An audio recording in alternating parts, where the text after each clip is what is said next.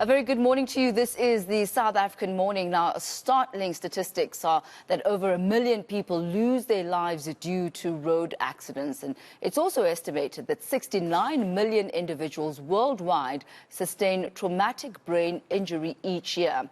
Now, here at home, October is National Transport Month, and the African Brain Child Initiative, which leads in research into traumatic brain injury in children, will be launching an awareness campaign.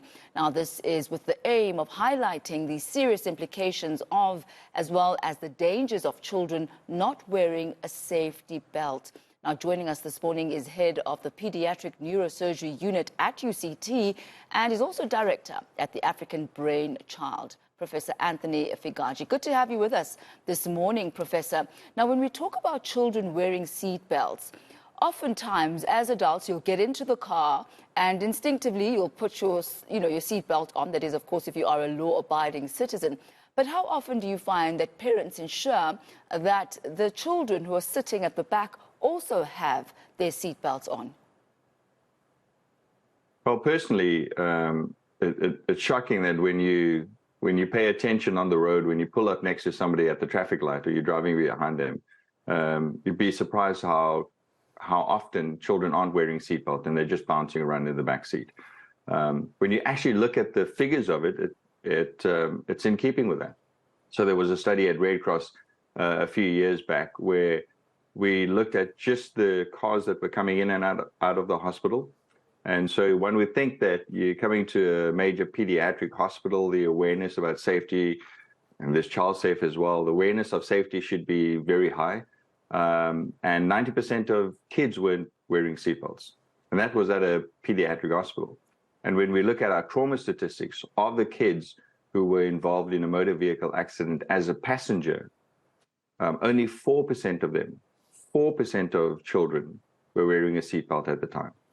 According to the research that has been done in the statistics here, it says that traumatic brain injury is actually behind the cause of death in children, even more than cancer. Can you talk us through that? Yeah, so unfortunately, we live in a world where preventable injury is very, very common.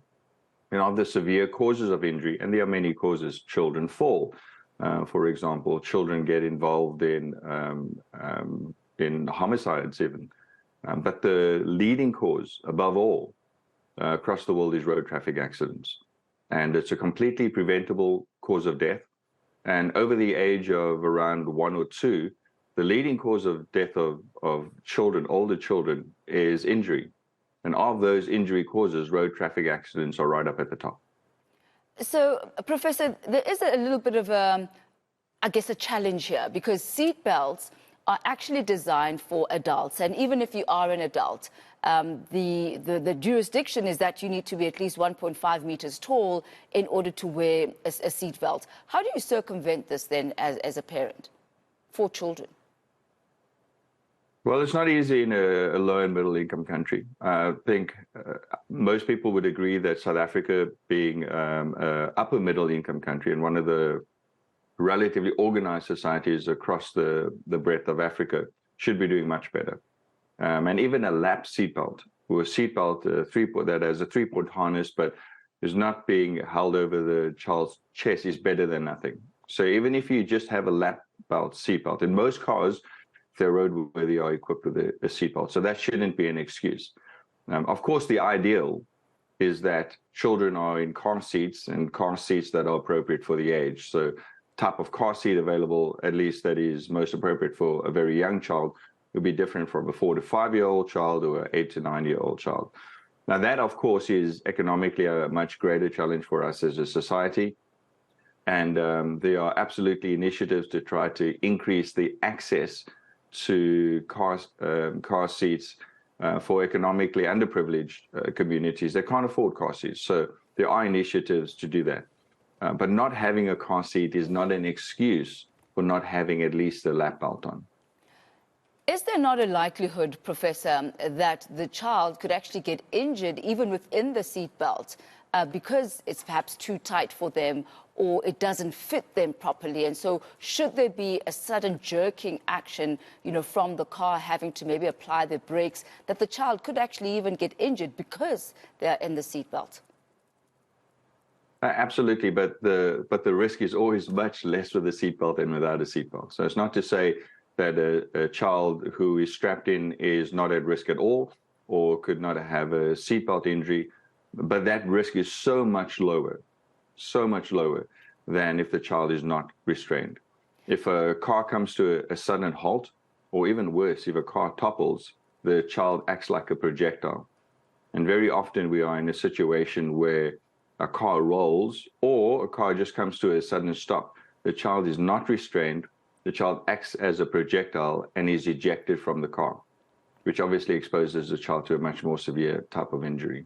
So as you're saying, it's better safe than sorry, better some precaution than no precaution at all. Now, we know kids sitting in the back seat of the car, they tend to be very fidgety, and even if you have restrained them with the seatbelt, if you don't check on them periodically, that seatbelt is going to be off. How would you say parents need to train their children to actually keep those seatbelts on for their own good?